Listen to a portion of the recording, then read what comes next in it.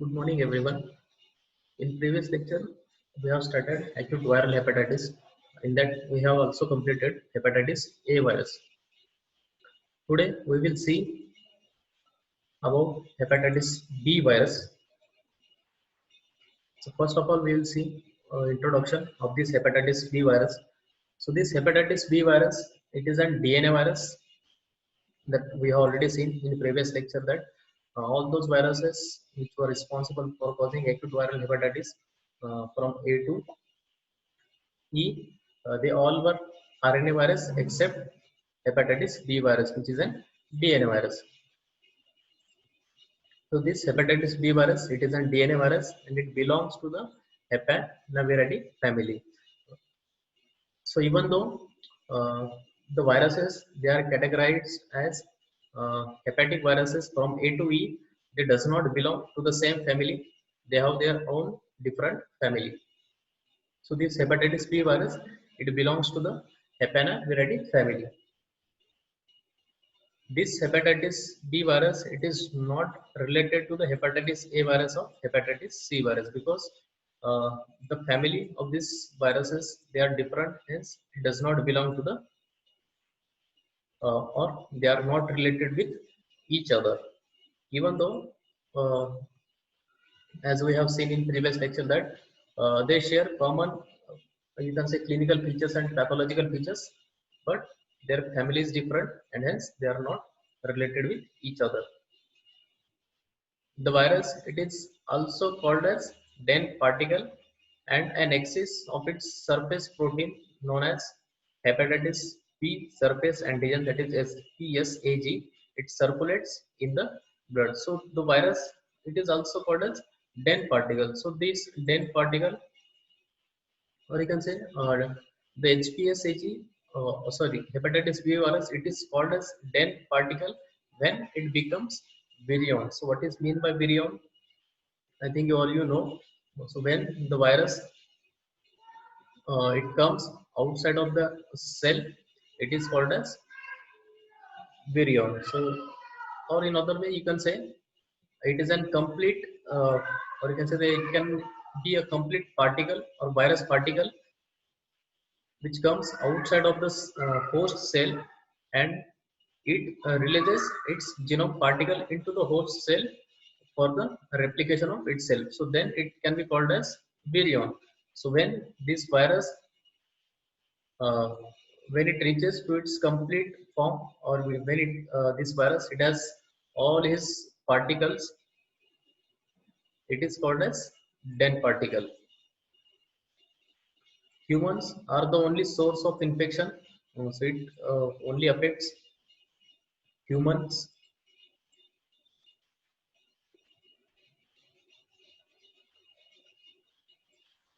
This hepatitis virus, it has 4 antigens, so it is very much essential to know about these antigens. So in that, most important is hepatitis B surface antigen, which is also called as HBsAg. So it is again divided into, or you can say it consists of small, medium, and large protein. Then second one is HBcAg, that is hepatitis B 4 antigen. So it is a main structural protein and it has its function in the replication of virus. So this HBsAg, it is basically a surface protein. HBcAg, it is a core protein, so which is a structural protein and has function in the replication of virus. Third one is HBeAg. Uh, Although its function it is not clearly understood, so yet what is the role or what is the function of this protein? It is not yet clearly understood. But one study demonstrated that it has down-regulated toll-like receptors to expression. So these are toll-like receptors are basically they play a key role in the innate immune system. So they are very much essential for immune response. So this HBeAg is thought to down-regulate this toll-like receptor to expression on the hepatocytes and monocytes, which lead to the decrease in cytokine expression. So basically, these toll-like receptors, they are or they play a key role in innate immune response. So if these receptors they are down regulated on the hepatocytes and monocytes, consequently it will lead to the decrease in cytokine expression. And last one is HBxAg, which is a small protein found in this hepatitis B virus, and it has a role in hepatitis B associated liver disease and in hepatitis B virus replication in HepG2 cells. So these HepG2 cells, they are basically the hepatic cancer line cells. So this small protein, that is HBxAg, it has a role first in hepatitis B associated liver disease and replication in this HG2 cells.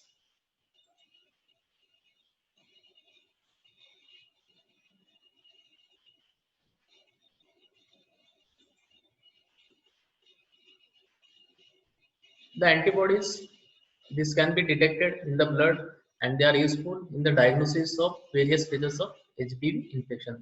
So obviously, if a virus gets entry into our body, uh, in our body, antibodies will secrete against all these antigens and they are useful in the diagnosis of various phases of HBV infection. So how that we will see in later on in next slides. So this is a diagrammatic presentation of this hepatitis B virus. So here is a DNA of this hepatitis B virus, and here you can see this is a surface protein, that is hepatitis B surface antigen. Here you can see this is an HBeAg and this is an HBcAg. So this is an just you can say a diagrammatic presentation of this hepatitis B virus.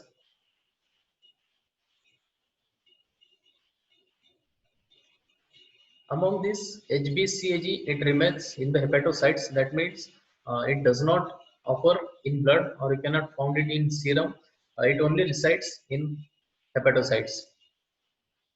Whereas this hepatitis B surface protein, it can appear in serum.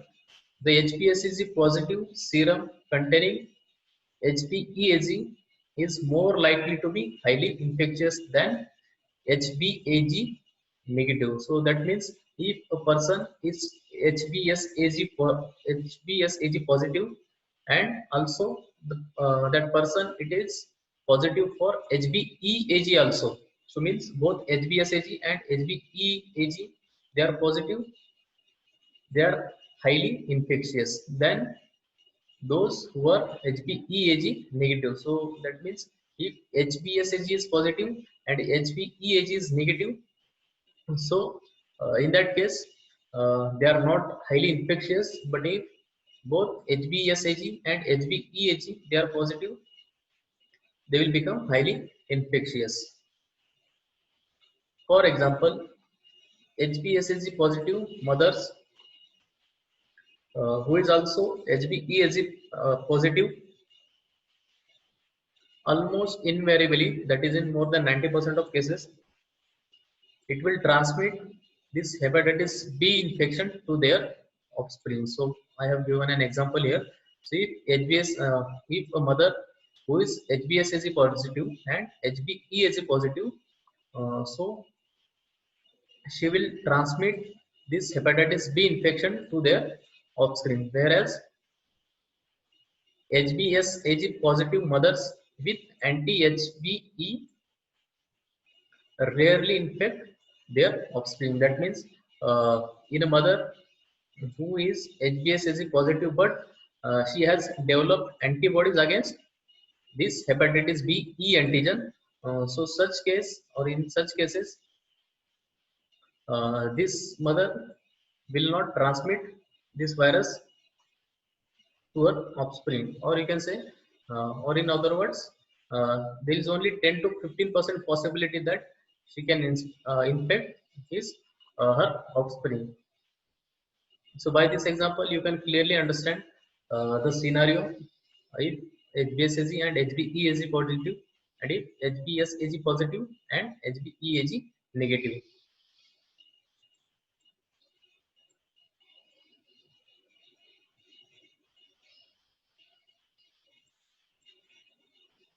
There are at least 7 hepatitis B virus genotypes from A to G. So previously we have seen antigens, which were 4 in number, and now we are seeing genotypes.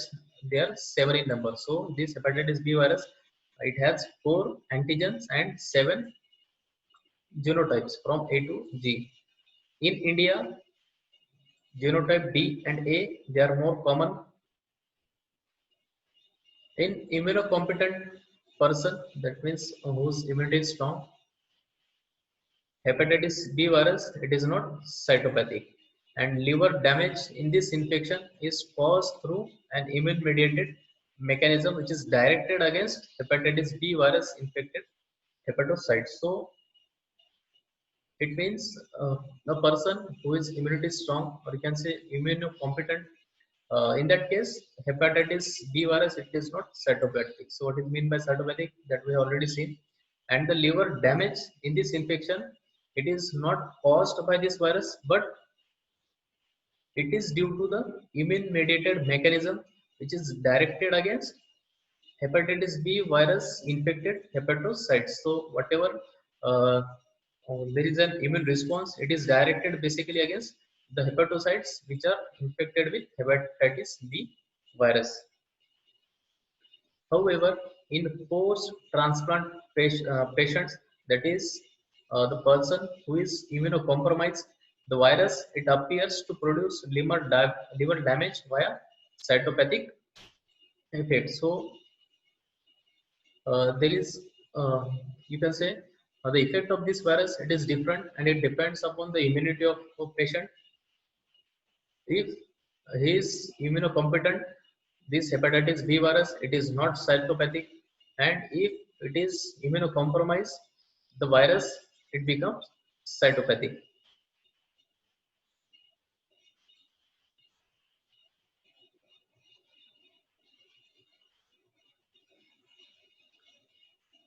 Modes of transmission. So in this slide, we will see how this hepatitis B virus, it is transmitted. So in previous lecture also, we have seen the comparative analysis of all the hepatic viruses.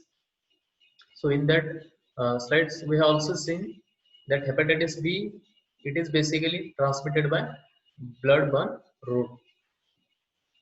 For example, transfusion of infected blood and blood products, that means the blood and blood products which are already infected with hepatitis B virus, or use of intravenous drug use, hemodialysis, sexual contact, percutaneous exposure like needle stick injury, shared razor blades, toothbrushes, tattooing, acupuncture. So these are the percutaneous sources or exposure through which this virus, it can be transmitted.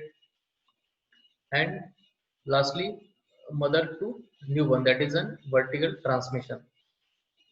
So these are the various modes or routes of transmission of this hepatitis B virus. So all these routes we have already seen in previous lecture also, but still we are discussing this hepatitis B virus separately. So I have mentioned all these points by which this virus, it can be transmitted. So only thing you should know, that this hepatitis B virus, it is an it is transmitted by blood-borne route. So previously, the hepatitis B virus which we have completed, it was transmitted through fecal-oral route, and this hepatitis B virus, it is transmitted by blood-borne route.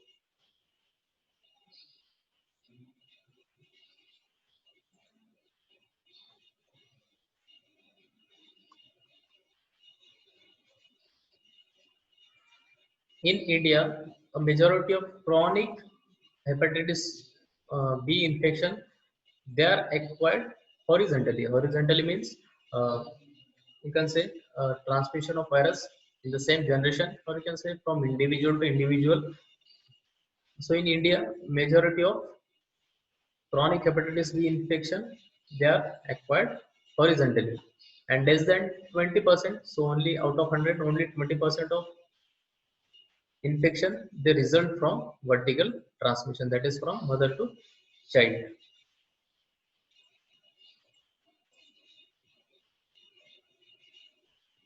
Now next part is epidemiology of hepatitis B virus.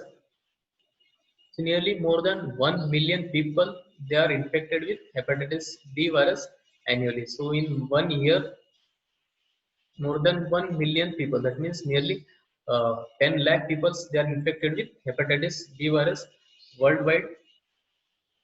In India, 15% to 30% of acute hepatitis cases are due to hepatitis B virus infection. So this epidemiology that we have already seen in previous lecture also, that nearly 30% to 70% cases of acute hepatitis B virus, acute hepatitis, they are caused by hepatitis A virus. So in previous lecture, I have already told. So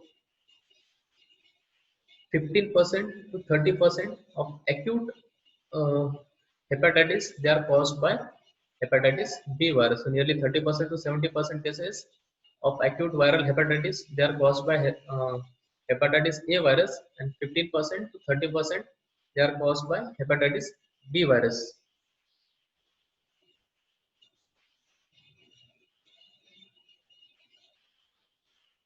Natural history and clinical presentation. The incubation period of hepatitis B virus it varies from 15 days to 180 days, and average is 60 to 90 days. So that we have already seen in previous lecture also regarding this incubation period. In adults, almost 70% of acute infection they are silent and subclinical, and 30% develop icteric hepatitis. So that means if 100 people they get infected with hepatitis B virus, so out of 100, nearly 70 individuals they are silent and subclinical. That means they may not suffer with any obvious clinical symptoms, whereas 30% they will develop icteric hepatitis. Out of this, only 1% of patients with acute hepatitis they will develop fulminant hepatic failure. So out of 100, only 1% chances are there. Only 1% people they may develop hepatic failure. And the risk of progression to chronic liver disease depends on the source and timing of infection.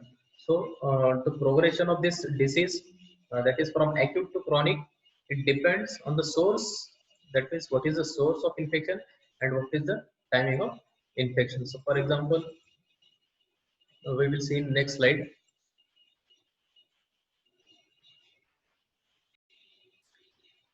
So in this slide, you can see the vertical transmission, it carries the highest risk of ongoing chronic infection. That means if a baby it gets infected during perinatal period, so this vertical transmission it carries the highest risk for chronic infection. So in this setting, the adaptive immune response to the hepatitis B virus it may be absent initially with apparent immunological tolerance. So, what is mean by immunological tolerance that we will see in next slide, or what are the mechanisms behind this adaptive immune response, which is absent initially, that we will see on next slides. So there are various several mechanisms. First one is that introduction of antigen, that is hepatitis B virus in the neonatal period is tolerogenic. That means that child it has some dendritic cells which are usually immunosuppressive against this antigen, or you can say they are simply immunosuppressive, and because of that immunosuppressions, this there is no immunological response against this antigen. Secondly, presentation of such antigen within the liver, it promotes tolerance. What is meant by tolerance? You all know. So even though this antigen it is present in liver, it is tolerated by liver. That means there will not be any immunological response against this antigen. This is particularly evident in the absence of significant innate or inflammatory response. Or finally, there may be a case where high loads of antigen, they may lead to so-called exhaustion of cellular immune response. So in first and second scenario, there was on tolerance or immunotolerance, or you can say uh, there was an tolerance from our side or from immune system.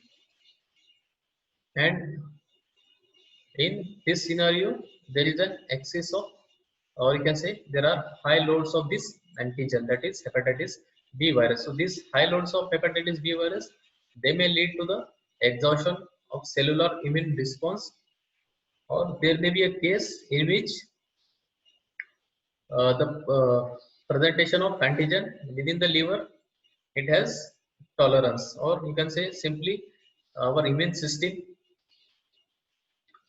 innate immune system, it has tolerance regarding this hepatitis B virus. So because of all these mechanisms, initially the symptoms, they are not produced.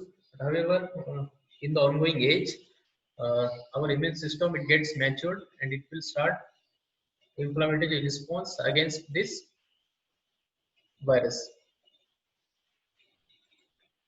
The state of tolerance, it is not permanent, that we already seen, and may be reversed as a result of therapy or through spontaneous changes in innate responses such as interferon alpha natural killer cells, which are accompanied by host-mediated immunopathology. So that means if even though there is an immunosuppression in a child, that immune suppression, it can be reversed by therapy, or there may be a spontaneous change in the innate response such as uh, interferon alpha and natural killer cells.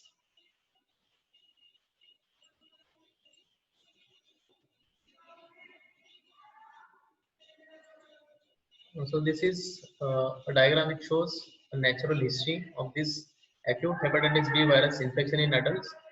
So nearly 70% cases, they are transient, subclinical, and 25% cases, they will become overt acute hepatitis, and 5% will turn into the chronic stage.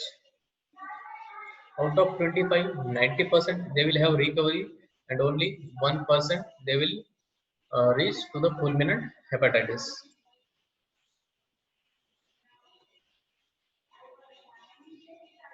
The hepatitis B viremia, it lasts for weeks to months after infection. So once patient gets infected with hepatitis B virus, the viremia, it may last for few weeks or even for months. If this infection, it persists beyond 6 months, it is labeled as chronic hepatitis B virus. The risk of developing chronic hepatitis B virus infection after acute exposure is dependent on age at the time of acquisition of infection. So that we have already seen. Thus, nearly 90% of neonates, 50% of young adults aged between 1 to 5 years, young children, and only 1% to 5% of adults with acute hepatitis B infection, they will develop chronic infection and persistent viremia. So, if neonates get infected with acute hepatitis B infection, so 90% they will turn up into the chronic phase. If a child gets infected between the age of 1 to 5 years, then there are 50% chances that he will develop chronic hepatitis B infection. But however, if an adult he gets infected with acute hepatitis B virus or acute hepatitis, then there are only 1% to 5% chances that he will develop persistent viremia and chronic infection.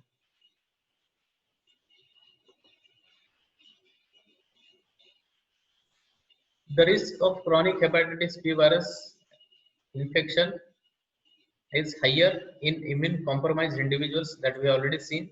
like HIV infected individuals, patients under immunosuppressive therapy or hemodialysis, or patients who are on hemodialysis. So all these patients, they are at the risk of developing chronicity of hepatitis B infection.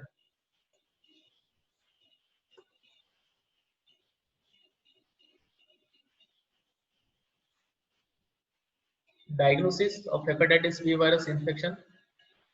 Diagnosis of hepatitis B virus infection, it is based on the detection of various antigens. So we have already seen there are four types of antigen, and detection of antibodies in the serum or hepatitis B virus DNA in the serum or liver tissue. So how the diagnosis of hepatitis B virus infection is made? One, detection of antigens, detection of antibodies in the serum, or detection of hepatitis B virus DNA in the serum or liver tissues. The presence of hepatitis B virus surface antigen, that is HBsAg, in the blood, it suggests presence of active infection. So if we check a serum of a suspected patient with hepatitis, in that case, if you get positive hepatitis B surface antigen in the blood, it suggests active infection. Whereas a negative test for HBsAg, it makes HBV infection very unlikely. So if that HBsAg is negative, there are less chances that patient may have hepatitis B virus infection.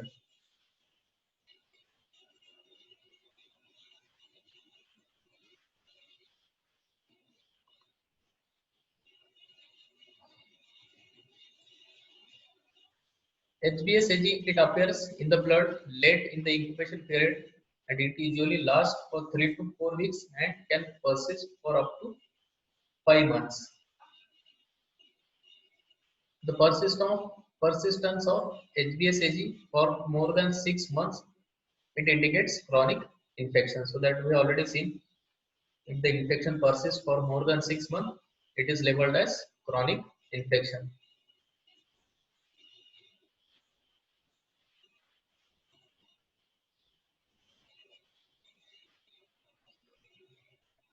Then antibody to the HBsAg. So previously we have seen antigen HBsAg, and if there are antibodies to this HBsAg, they usually appear about after 3 to 6 months, and they may persist for many years, perhaps even permanently. So we have already seen that body will develop antibodies against this hepatitis B virus antigens. So if we found antibodies against HBsAg, they usually appear after about 3 months to 6 months of infection, and they may persist for many years or even permanently. These antibodies, they will appear with the clearance of HBV infection, and if they are present, their presence suggests complete recovery.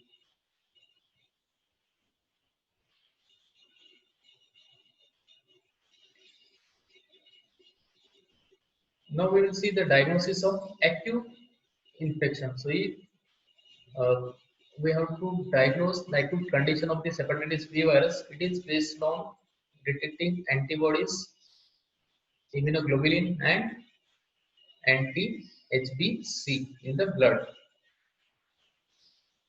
That is antibodies against hepatitis B core antigen. So IgM anti-HBC antibodies, they indicate a recent infection. So that we have already seen while discussing with hepatitis A virus also, that antibodies, IgM antibodies, they usually indicate a recent infection. Whereas IgG antibodies, they persist in the blood lifelong after exposure to the hepatitis B virus infection. So these IgG antibodies, they usually indicate some previous infection, or you can say chronicity of infection. So this type of antibodies, they can persist in the blood for lifelong.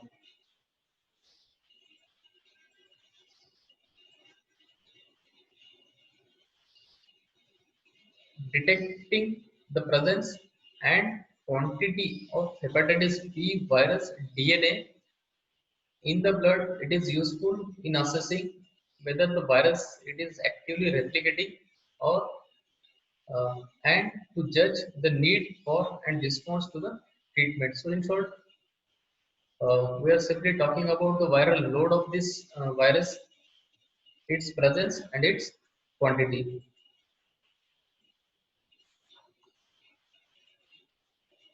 So if the viral load it is nearly 0 to 500 copies, it is usually harmless and it is uninfectious. If there are 500 to 5,000 copies of these viruses they are present, it is unlikely to ever cause harm or infect. So there are less chances that patient with viral load of 5,000 it can infect other individuals, and again this state will become uh, in a harmless way.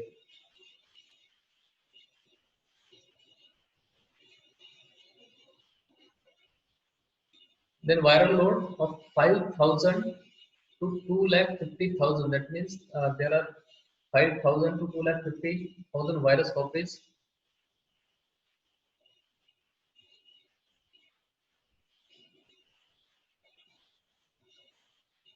Then there is a low risk of this. Then there is a low risk which will cause harm to our body or liver, and the infections may transmit through the transfusion of blood to a wound. So that means if patient has more than 5,000 copies, then there is a low risk or there are less chances that this virus it can be transmitted via transfusion of blood to a wound. If it is between 250,000 to 1 million, then there is significant risk of infection, or you can say transmission of this infection via sexual fluids and via transfusion. And if there are more than 1 million copies of these viruses, then there is a high risk of transmission of this virus via transfusion and via sexual fluids.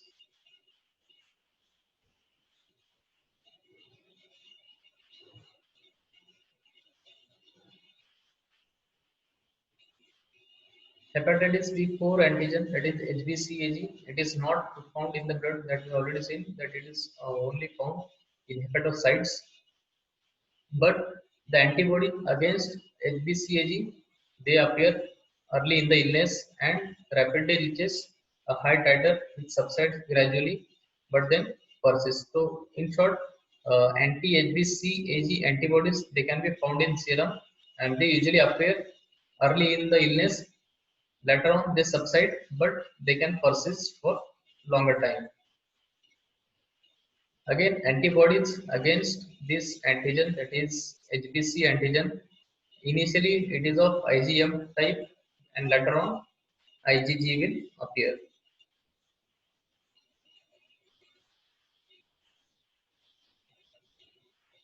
Presence of HBeAg in blood which suggests active viral replication in the liver. Its appearance it is followed by the production of antibody, that is anti-HBeAg. So similarly, antibodies which were formed against surface antigen and core antigen. So antibodies against this hepatitis B E antigen will also be found in body. The chronic HBV infection it is marked by presence of HBsAg and HBc antibodies. So especially immunoglobulin G antibodies.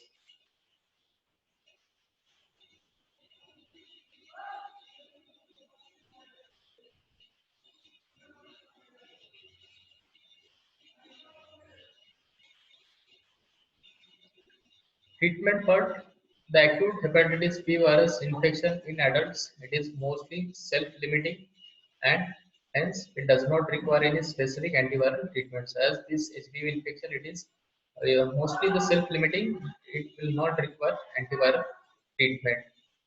However, the patient they should be followed up to detect those in whom infection becomes chronic. So the person who comes with acute hepatitis B infection, they should be followed up on time uh, to detect that infection it becomes chronic. So this is particularly important for children. So because we already seen that nearly 90% children they may become uh, or in 90% of children this acute hepatitis B infection can become chronic.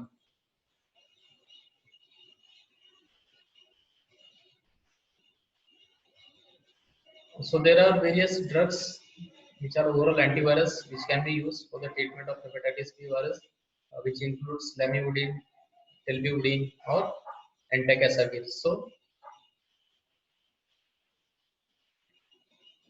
these are various drugs which can be used in the treatment of hepatitis B virus infection. So we will not go in detail with this treatment.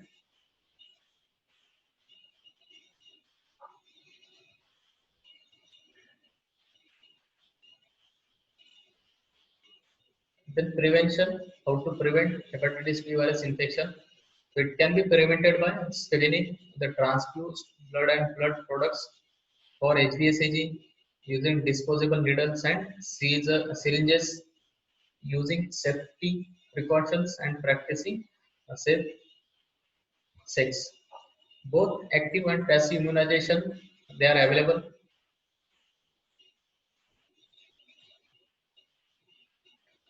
These vaccines, recombinant as well as plasma derived, they have more than 95% of efficacy and they are very safe. So these HPV vaccines, they have 95% efficacy and they are safe.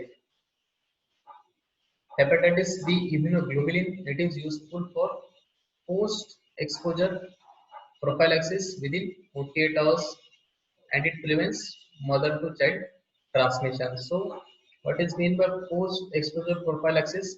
If a patient who gets needle stick injury, uh, the needle which is or which was used for HBsAg positive patient, so if such needle it's we get injury by this needle, so in that case, hepatitis B immunoglobulin can be useful, but it should be used within 48 hours of.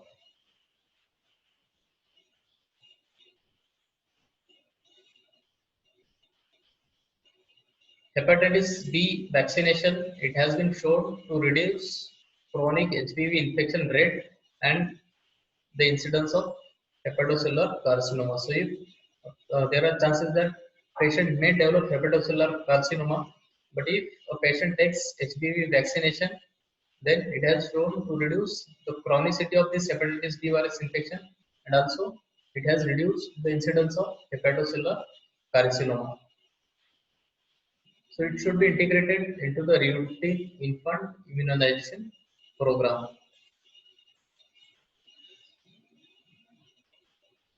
Now, what are the indications for the active vaccination? So, universal infant immunization shortly after birth. So, immunization with hepatitis B vaccine, it should be done shortly after birth. Then vaccination for adults if not previously vaccinated. High risk group, so the person who are working in hospitals or trauma units or dialysis units, so they are the individuals who are at high risk of getting HBV infection. So such patient they should get vaccinated with hepatitis B virus. Then household contacts of HBV carriers, that means one of family members who has hepatitis B virus infection. So the family members of that person they should get vaccinated with this vaccine. Then healthcare professionals, injection drug use abusers, homosexual men, or individuals with multiple sex partner, hemodialysis patients because they are immunocompromised, and patients with chronic liver disease. Then HPV vaccine schedule, so below 19 years of age, 10 mu intramuscularly. It is given on 0, that is day 0, after 1 month and 6 months. Those who are above 90 years of age, uh, it is given at 0, 1 and 6 months, and accelerated dose they are given at 0, 1, 2 and 12, but they can also be used.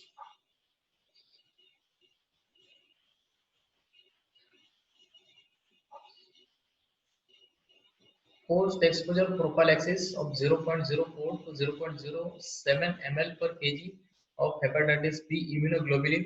They can be given intramuscularly within 48 hours along with the first dose of active vaccination. The further dose of active vaccine, it can be given at 1 and 6 months.